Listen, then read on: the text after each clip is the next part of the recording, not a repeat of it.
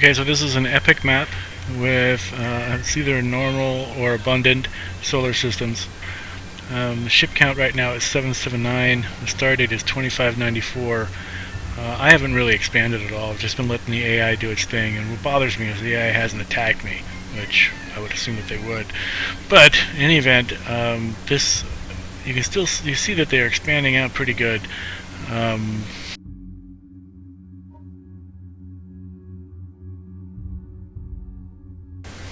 But what this should do, this is the maintenance cost change selector that I put in the mod, and what this should do is reduce the effects, while hopefully still allowing the gameplay to be available. So what I want to show here is the AI effectively using fighters in their carriers.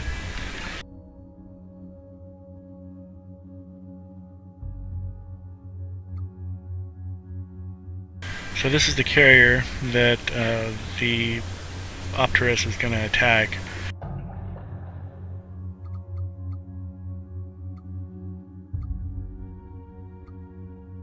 Opterus is just using cruisers.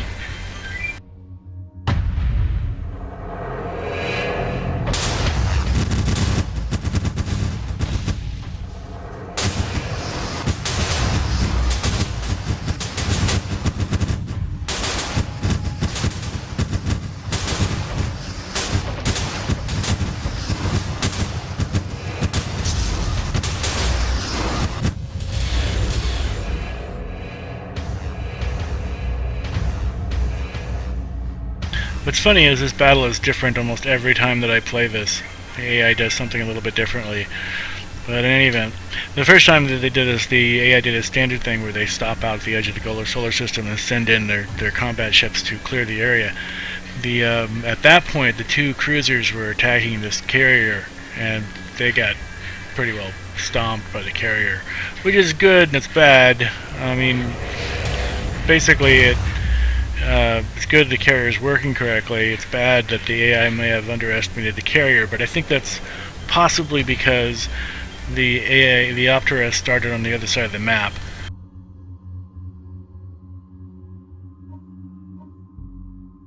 And by the time they got down here, there was a giant carrier sitting in the system. Yeah.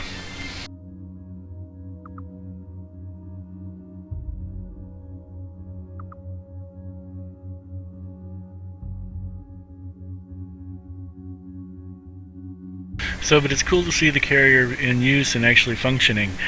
I don't think I've ever seen the AI use carriers before, and the fighters on them. I don't think so, but I could be wrong. They generally can't choose them because they don't have any offensive value, or they have a much lower offensive value.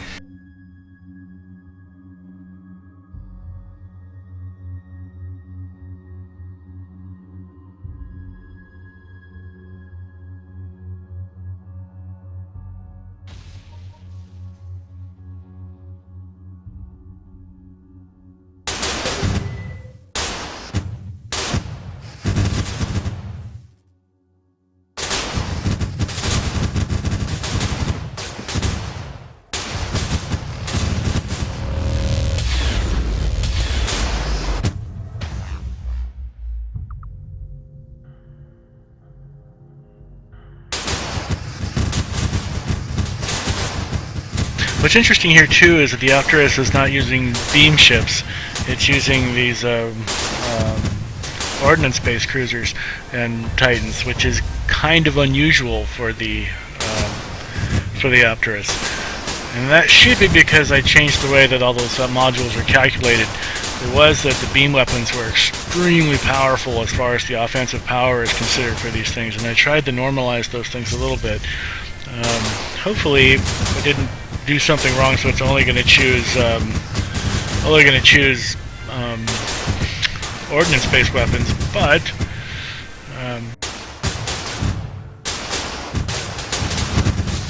actually, I guess it's not ordnance. Those are not beam weapons. Those are energy cannon weapons.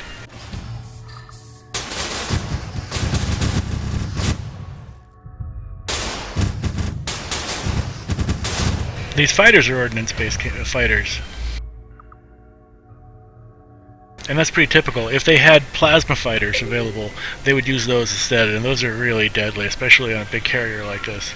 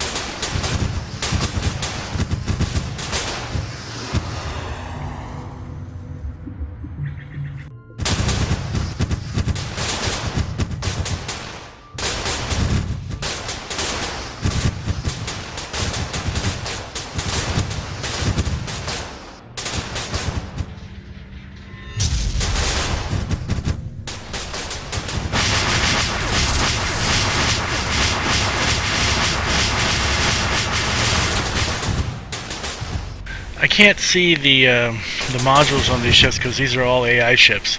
So for whatever reason, it doesn't let me. If I turn off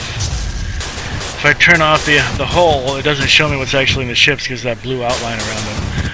And if I turn off the debug, I won't be able to see these ships.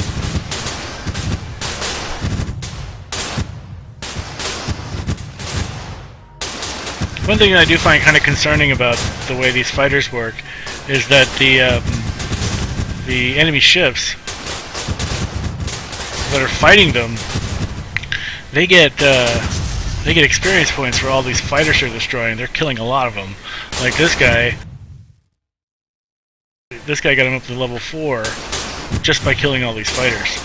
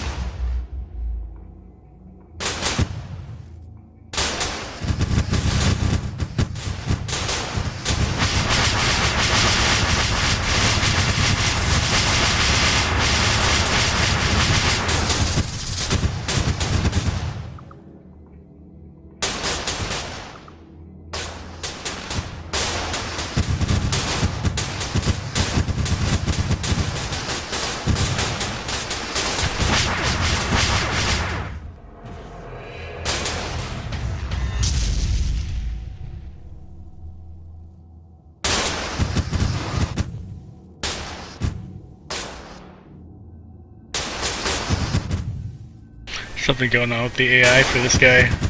He can't decide what he wants to do. I've seen that happen a few times. They get stuck in some weird state where they switch between modes really fast.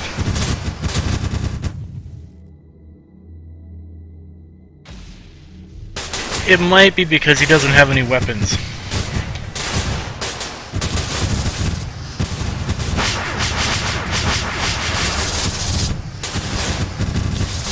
Yeah, I think that's probably it.